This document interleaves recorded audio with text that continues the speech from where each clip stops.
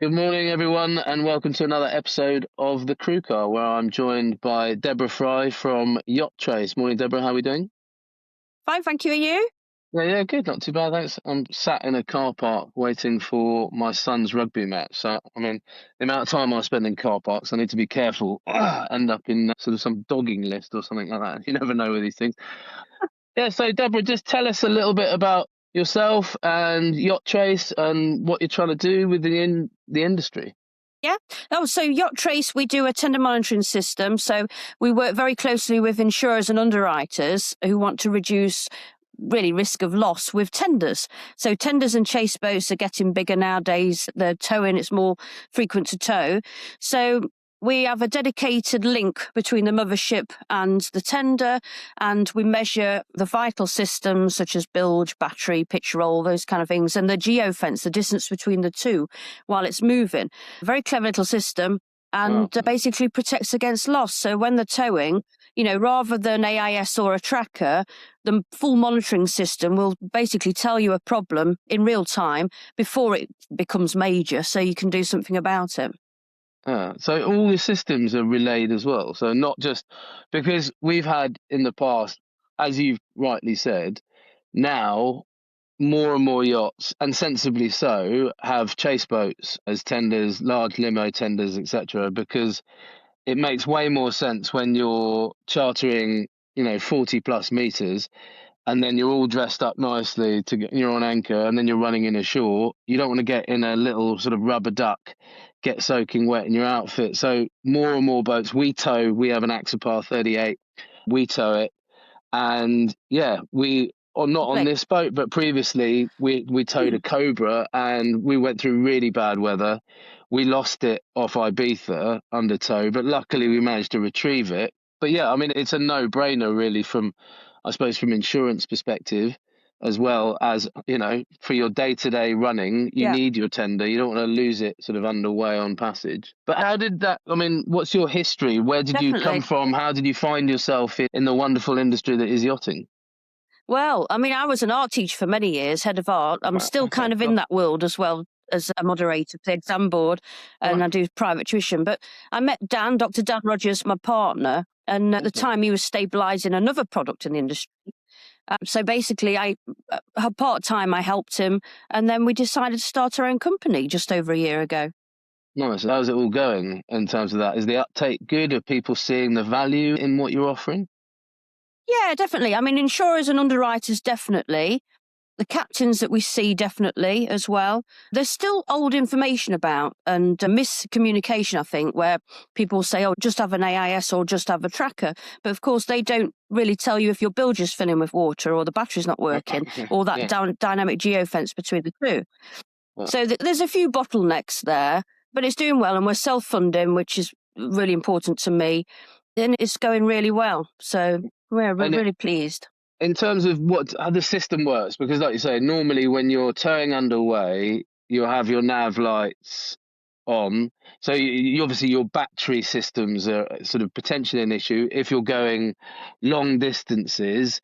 Previously gone down to Turkey and which is about a 7-day passage if weather's good from the south of France. For things like that, where obviously battery power is paramount to be able to have the essential equipment, how does it work? How does it feed off? Yeah, definitely. So our system in particular is no more powerful than a mobile phone. So it's very little draw. So you can basically keep it running. And that's the beauty of the system, really. It becomes an anti-theft system as well, because the tender side, which fits in a small pelly, is hidden. Right. So all the antenna, the GPS, the Iridium backup is all in there. Yeah. And it doesn't really create a big draw at all, which is great. So as long as you use the tender every 2 weeks, it should be fine. Well, okay. That's amazing. And how does all these systems, because obviously, like you say, you've got bilge alarms, batteries, all that. How does it plug in? Is it quite simple? Is this something that you have to get you guys to come down to fit? Or is this speak to you, find out what size boat, what make the engines are, all that kind of stuff, and then you tailor it and send it down, and then it's easy for an engineer to fit? How does it work? Yeah, it's a really valid question. So before, when we were with a different company, it was more complex. So we decided that when we were starting from scratch, we'll make it very simple. So it's not hardwired on either side. So basically, an engineer, a captain such as yourself, anybody could fit it probably within an hour on the tender. Wow. Okay. So all you need to do is find 12-volt or 24-volt power, hide it under the seat, and then your actual bilge sensors are wireless, battery controlled. Wow, okay. Awesome. Amazing. And this all relays to what? A phone, or how do you see where it is and what it's up to? Or Yeah. So we have an RF link between that and the mothership side, which is a Peli case as well, which literally just plugs in.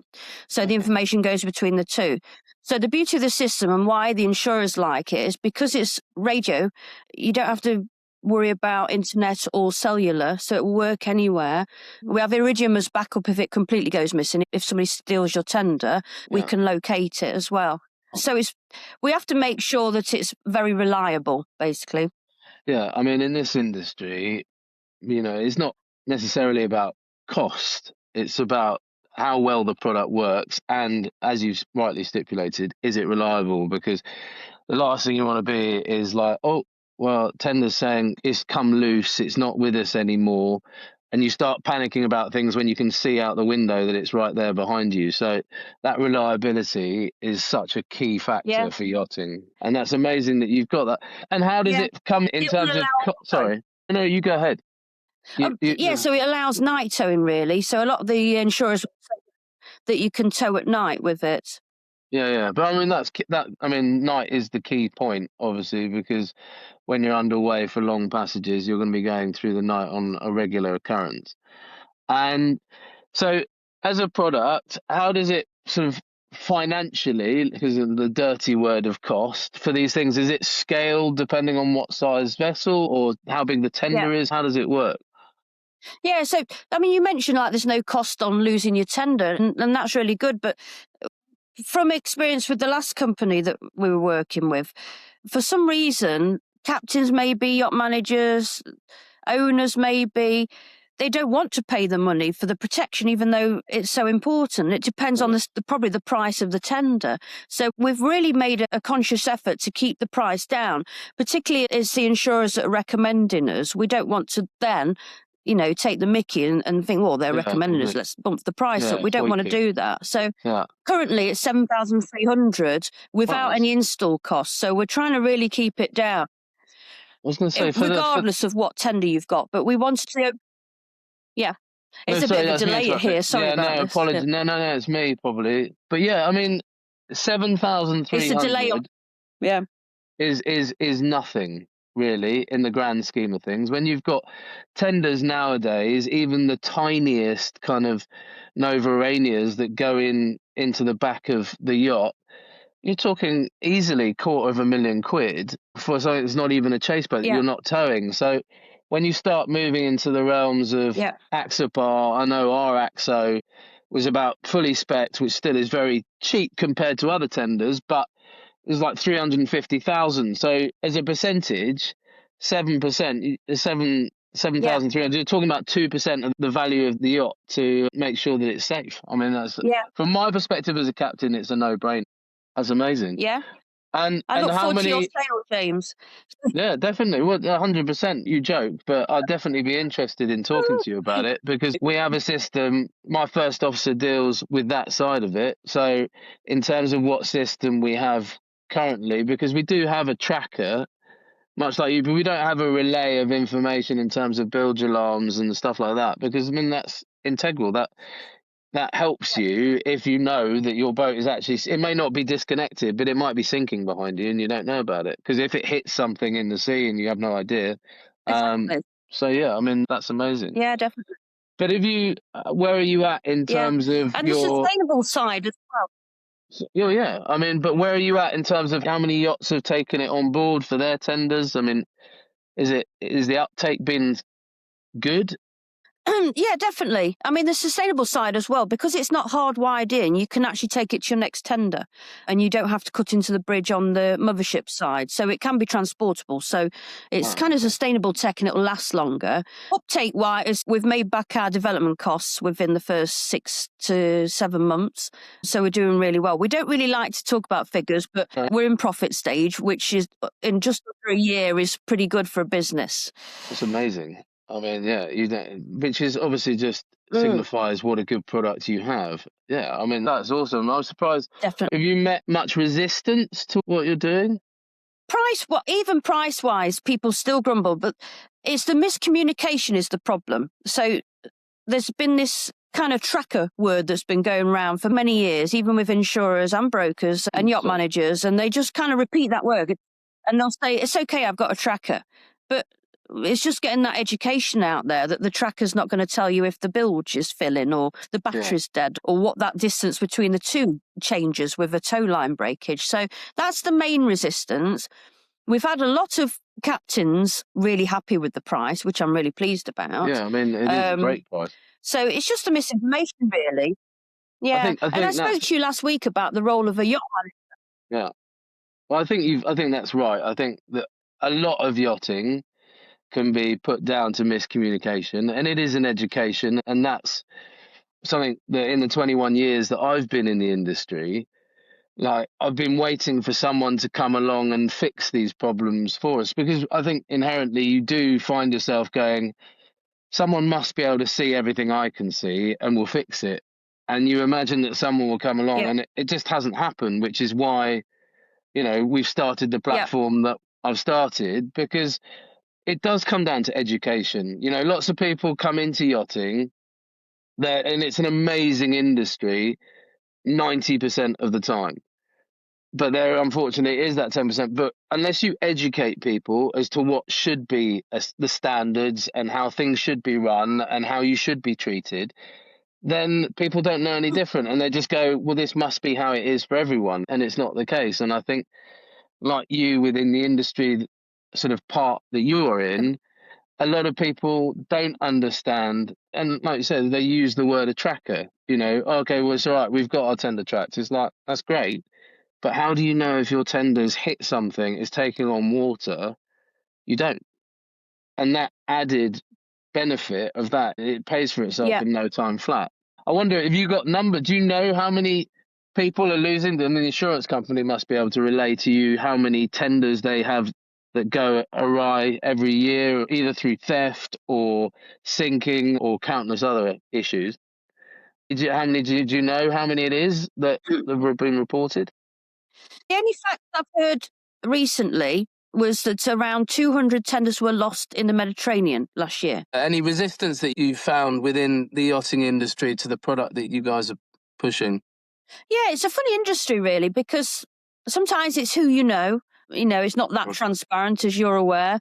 There's been a bottleneck with marketing, maybe, advertising a little bit. It's a minefield, and unless you've got thousands of pounds to spend, it's difficult. But yacht manager-wise, that we spoke about the other day, there's some fantastic yacht managers around that will advise to the captains, yourself, and send information to the yachts. And then there's some yacht managers that basically say, well, no, we've got what we need, we're not going to forward it. And so that information never gets to the captain. Yeah. Insurance-wise, even though they advise our product, a lot of them don't like to use the logo. It's just part of their company policies. Right, okay. And often, sometimes they'll stipulate an advanced tow protection system or advanced monitoring system. Yeah. To that house. But we've got quite a few insurers behind us and underwriters now who are specifically naming our product, which is great. So that's really amazing.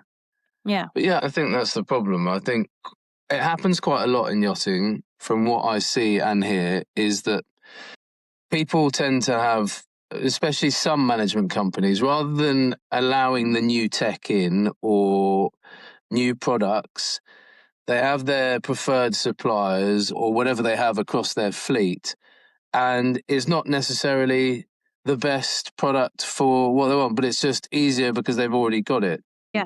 And it's a bit closed off.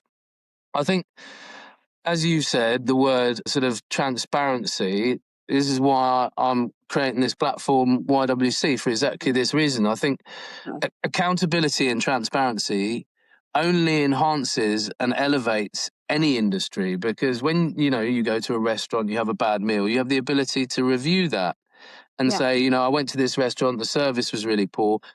And from a business perspective, it's really important that you have that channel, because if you're not doing well, if Yacht Trace wasn't doing well, you have to, and you don't know because you're not getting any feedback. Well, it's too expensive, or there's actually better products out there. At least you're aware of okay, well, we have to go back to the drawing board. We have to make it smaller, or, it's too obvious and people can see it, or whatever it is. But without that feedback channel, you don't know, and you're kind of left in the dark. And I think it's all of this that are important points to raise, so that we as an industry can get better as a whole. I mean, there has to be accountability. At the moment, on the whole, the only thing is charter yachts. Obviously, you tend to know, sorry about that, you tend to know about the crew and what kind of yacht it is, what the chef's like, what the captain's like, and good charter yachts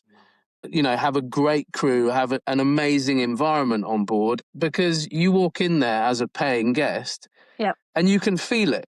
When a crew's happy, when you walk into a restaurant, when you go into a hotel, and the people who work there are happy to be there. Yeah. And because you feel that. And I think as an industry, if we want to get better as an industry, we have to create accountability across all parts of the industry: crew, management, suppliers, contractors, all of this, because then we can go, well, these guys are doing amazing jobs. I mean, I've been into shipyards over the years where only when I'm in that yard, all the other people in that yard are going, oh no, it's dreadful here. It's horrendous. We can't get this. We never get that. We get charged more for that. They're running behind. And it's like, if I'd known this prior to coming here, then I could have made that informed decision. And I think it's really important. And then obviously these yards, these contractors, management companies, bad crew, they keep continuing within the industry, which brings the industry down. So I think when we create that transparency and that accountability, it can only elevate the industry that we work in and products like you have. So yeah, I think what we're trying to do within YWC is people like yourself being able to, put a review out there and say, look, this is our product. Yeah. We'd love some feedback. What do you like about it? What do you think might be a problem with it? All this can only make your product and our industry better. Definitely. And I think it's really important, and it's a really good point that you raised. But it's just about how we do it and unifying, from my perspective, getting all crew in one place. Because, like you say, from a marketing perspective, it's costly. It's really expensive. And also, where do you market? It's up to you to be led. Well, we have a reach of this within this magazine or whatever. Whereas, to be honest, the people that make the decisions in yachting are us.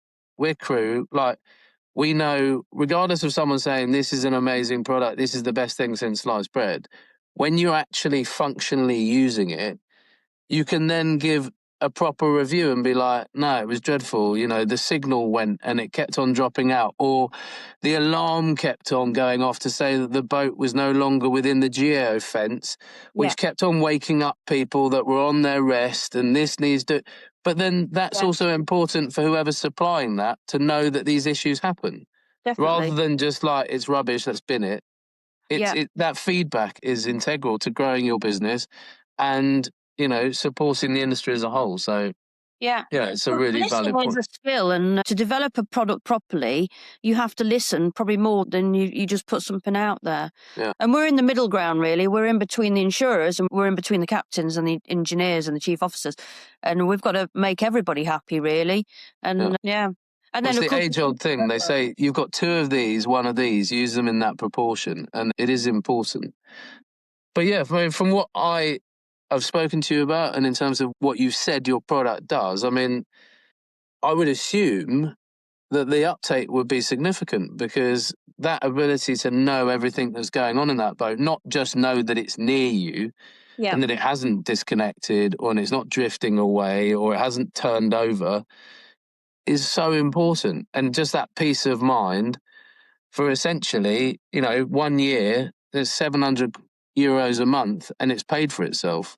Yeah, Now, definitely. in yachting, where waste is large, to be honest, and money gets wasted, that to me doesn't seem like a significant outlay for something with that ability to give you that peace of mind. So, No, definitely. And I just hope that the information is getting to captains. I think there's some management companies out there that don't want to, put that information forward to the yachts. Are they missing out on knowing about a product that's potentially going to save loss, save a charter, save their reputation?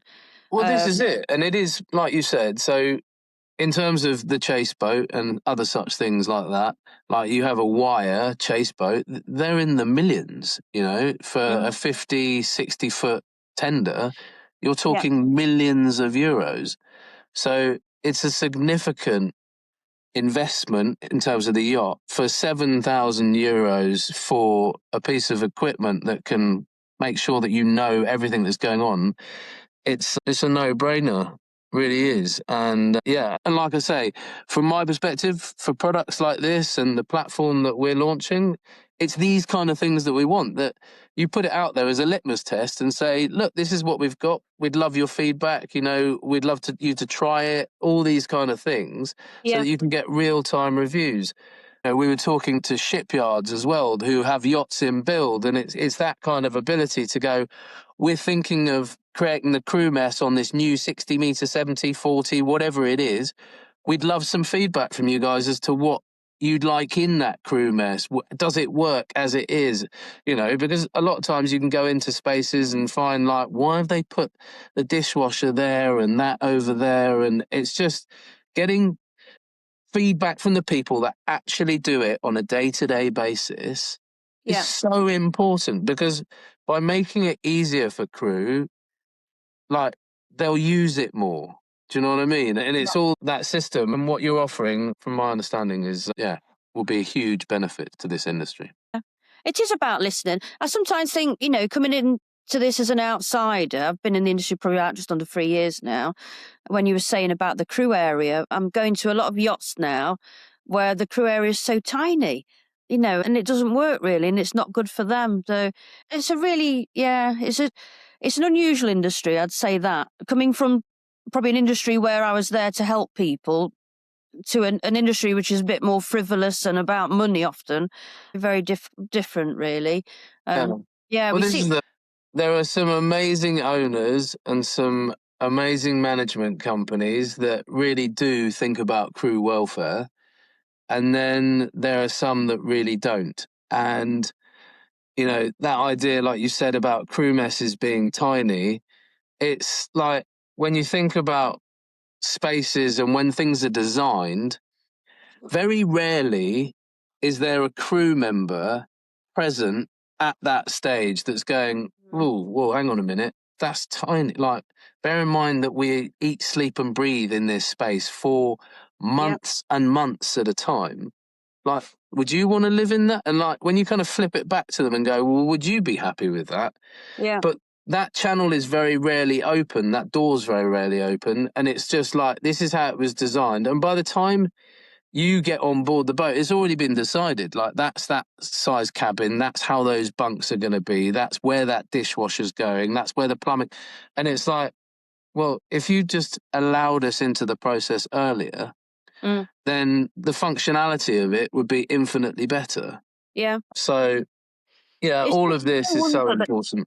Yeah, it's no wonder there's high turnover of staff, definitely. And that's another consideration for us, because we're building tech where we've sold to one boat and then the next week the whole crew's changed. So, and they've come in thinking, what on earth's this? Is it, so from Doctor Who? So we have to make such a valid point, though. And also, people come on board yachts and they're like, I don't like that. I've always used this. And then they go and buy that. So the wastage side of it, rather than the education, and we're all guilty of it, of using what we know because we're comfortable.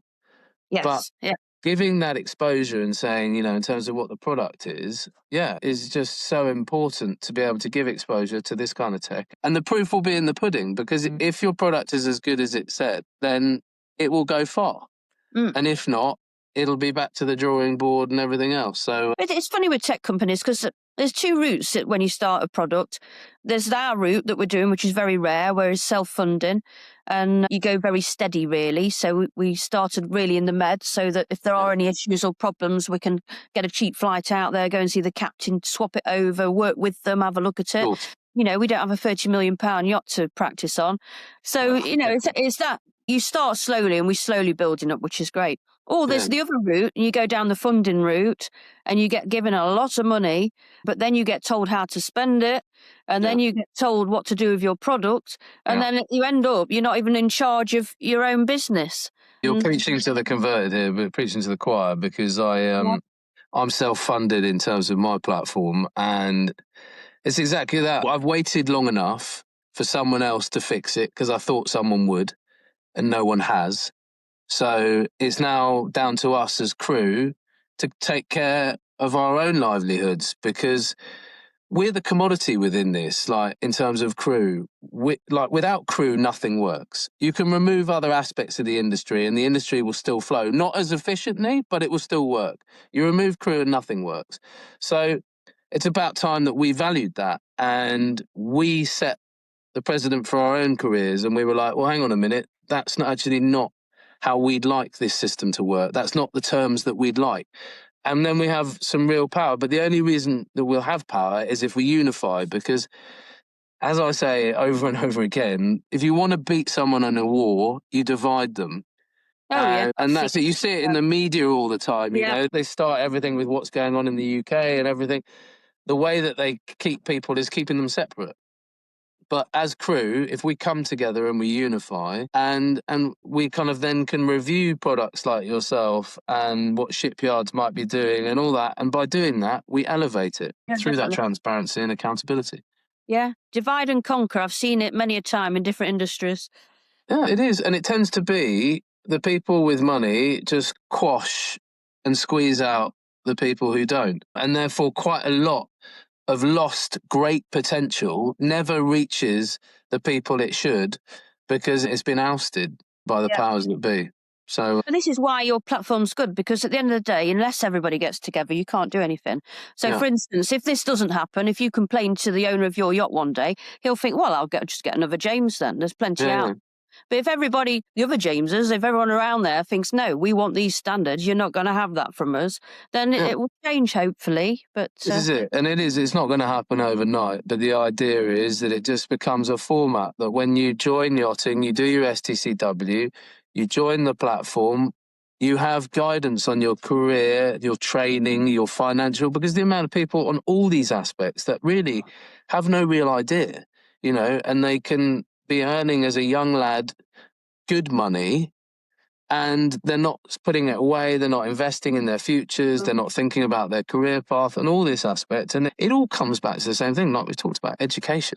All you can do is you've got the tools there. Whether you decide to use them is up to you. Because I mean, you can lead a horse to water, but you can't make it drink. And that's fine. But then you don't have people going, well, I didn't know that. And it's like, well, you did, because it's right there. Yeah. And I think from business perspective, like yourselves as well, the wastage from marketing is minimal, because you go, these are the people that are going to use our product. That's our target market. So that's what we're trying to do, and elevate the industry and create products like what you're offering and get them out so that people can start using and helping the industry. Well, even your LinkedIn posts have been really helpful for me, because, again, to develop a product, you need to understand the daily life of crew. And if ever you want to invite me on board for a week, I'd love to come. Bring deep pockets. I want a bigger bedroom, though, I'm telling you. That's good. Perfect. Yeah, exactly. What, from a crew cabin? We'll get you in a bunk. It'd be ideal. But I mean, that's been an eye-opener, because for me to really understand the time pressure. I mean, I suppose there is a crossover with teaching. I've met many crew that have been teachers, actually, and then gone on to be crew. And a similarity, you're in a high-pressure environment. You've got the kids are the customers or the owners. You've got to answer every question, help them, spin a few plates. In the background, you're getting all this work done, making sure everything else is done. Extremely long hours. You've got parents' evenings, parents on the phone, and you've got to do this. And then you called out to the playground. It's like, and it's just, I understand it from that perspective. It is 24/7 craziness, and the only break you get is when you go to sleep. Which might not be as long as you hoped. No, exactly. Yeah. But yeah, I mean, and it is that awareness of that it is really high pressure, long hours, and it's graft, but it's incredibly rewarding if it's done right. Yeah. And all we're trying to do is get that support system for crew so that they do feel like if something goes wrong, they're not on their own. And this is often the way that you tend to be like, well, you made a mistake, you did that, you're out. Or, all these kind of situations that should be avoided. We're human beings. We, by nature, make mistakes. Yeah. But the joy is we need to learn from them. If you keep making the same mistake, that's very different. But if you make it and you learn from it, then that's the way it should be, really. Definitely. You know what I think you should do as well? I think you should do a little podcast also called Above Deck and like a day in the life and just show a few snippets of real life. I think that would be fantastic. Yeah, well, I mean, and show what real life is. That's the thing.